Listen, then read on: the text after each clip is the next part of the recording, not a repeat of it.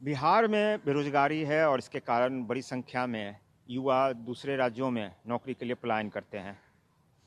National career service portal केंद्र सरकार ने जो शुरुआत की है श्रम मंत्रालय की तरफ से, उसमें इस बार 18 लाख से यह संख्या अधिक पहुंच चुका है और नौकरी मांगने वालों में पीएचडी से लेकर जो कम पढ़े लिखे लोग हैं वो भी शामिल हैं।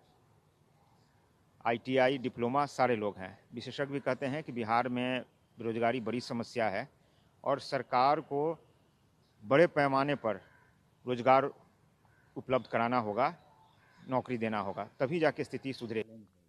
ये बड़ी चुनौती है।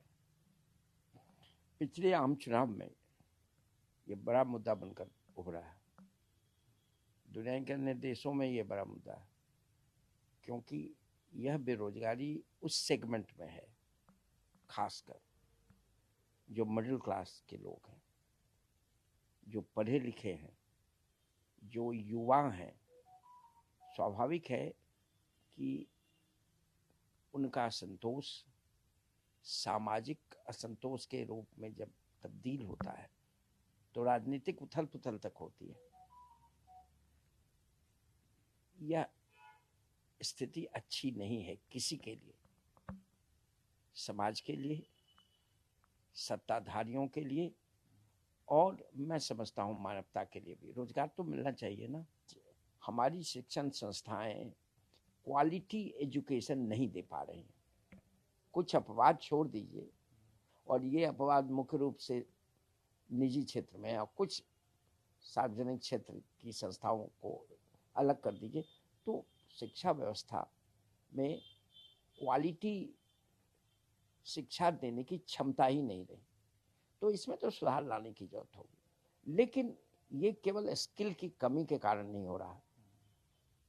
मैं अर्थशास्त्र का शिक्षक हूँ, छात्र हूँ। जॉब क्रिएट करना इकोनॉमिक सिस्टम का काम।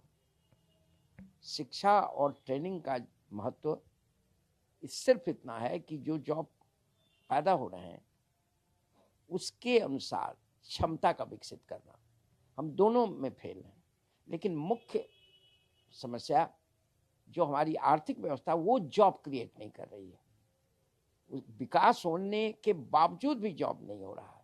इसका कारण है टेक्नोलॉजी। लेकिन कम से कम विकास की गति तेज करनी चाहिए और ऐसे मॉडल पर काम करना चाहिए जो एम्प्लॉयमेंट इंटेंसिव हो। इसमें हमको गांधी को नहीं भूलना चाहिए।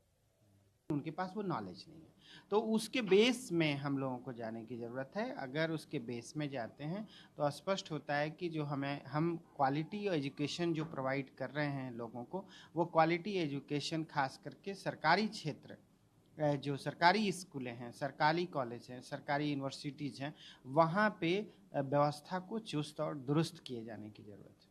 और तब अगर बेसिक एजुकेशन, फॉर्मल एजुकेशन अगर हमारी जनरेशन को, हमारी आबादी को अच्छा होगा, तो वो बच्चे स्किल भी बहुत तेज़ी से हासिल करते हैं। तो पहली ज़रूरत है basic education, basic higher education को मजबूत करने की ज़रूरत है।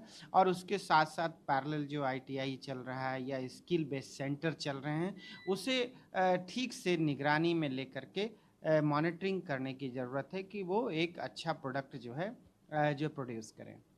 को लेकर के दो क्षेत्र अहम हैं कि एग्रीकल्चर प्रीडोमिनेंट इकोनॉमी है बिहार की।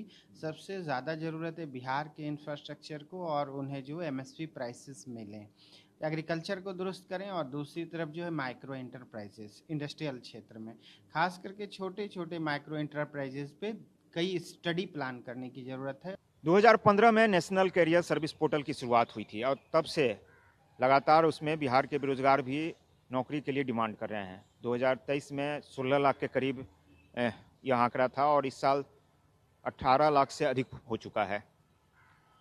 ऐसे बिहार सरकार की ओर से 36 जिलों में इस बार रोजगार मेला का आयोजन किया गया है और जिन्होंने पोर्टल पर रजिस्ट्रेशन कराया है उन्हें ही इस रोजगार मेला में भाग लेने का मौका मिलेगा।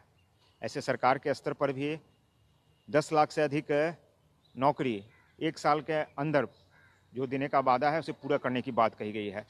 वहीं 10 लाख से अधिक रोजगार देने का भी जो वादा है पूरा करने की बात कही जा रही है। अब देखना है बिहार के बेरोजगारों को इनसे कितना फ़ायदा होता है। कैमरामैन अशोक के साथ अविनाश, ETV भारत, पटना।